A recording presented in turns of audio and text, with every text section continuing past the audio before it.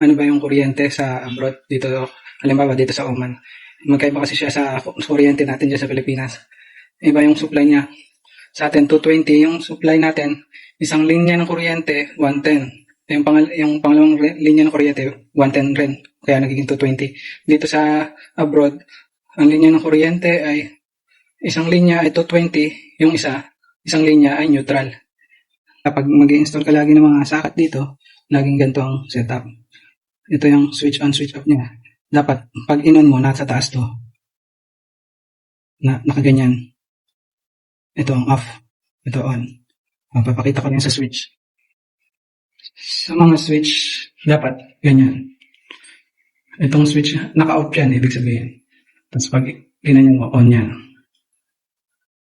Ganyan dito sa abroad.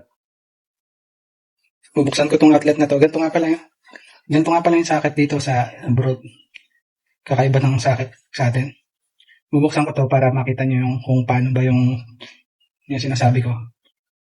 Sa abroad, pag may neutral yung power supply nyo, meron silang tinatawag na line and neutral. Bali, ito yung line niya. Makikita nyo dun sa socket, may nakalagay dyan na L at N.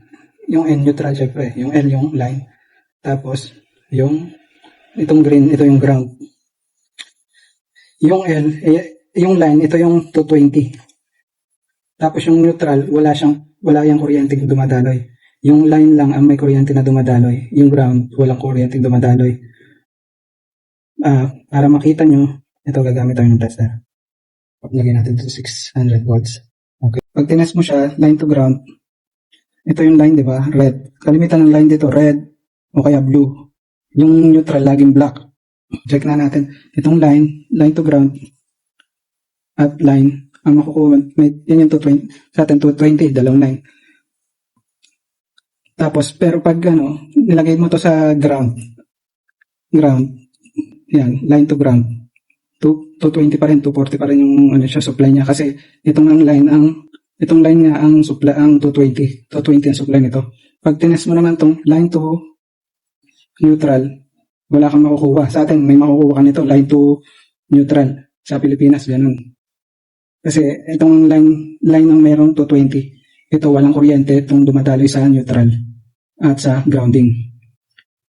Tapos, pag paano kunwari, nagre-repair ka, sinwitch off mo yung breaker, bawal, tapos wala na itong supply, pare-parehas ng line, wala na siyang supply yung line. Bawal siyang pagdikitin ang line at neutral. Kasi pag nagdikit ang line at neutral, mag-trip yung breaker, yung main breaker. Pag ganun, gagawin mo lang, pupunta ka sa main breaker, switch off mo yung mga bracket, tapos switch on mo yung main breaker. Pero tanggalin mo muna syempre pagkakadikit ng dalawa, baka nakadikit pa. Kasi hanggat magkadikit yung, o kaya aksidente lang natap na ganun ito, saka ito nagkasama, mag-trip yung main breaker. Kaya ang dapat mong gawin, tanggalin mo muna siya pagkakadikit. Yung pagka natanggal mo pagkakadikit, buksan mo yung main breaker, tapos saka susunod mo yung mga bracket breaker. Kung ginagamit nilang tester, hindi naman sila masyadong gumagamit ng ganitong tester. Kasi, ito na lang, madali na lang natatrace kung may supply ka na ba. Yun nga, itatapat mo lang dito. Sa line, tapos, pre-press mo lang tong dulo, yun, iilaw na siya.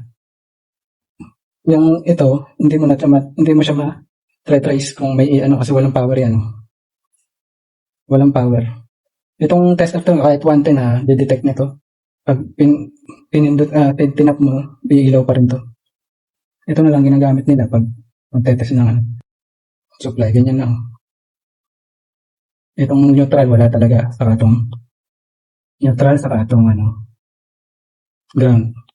Please like, comment, share, at subscribe na rin kayo sa channel ko para sa mga future tutorial videos ko pa.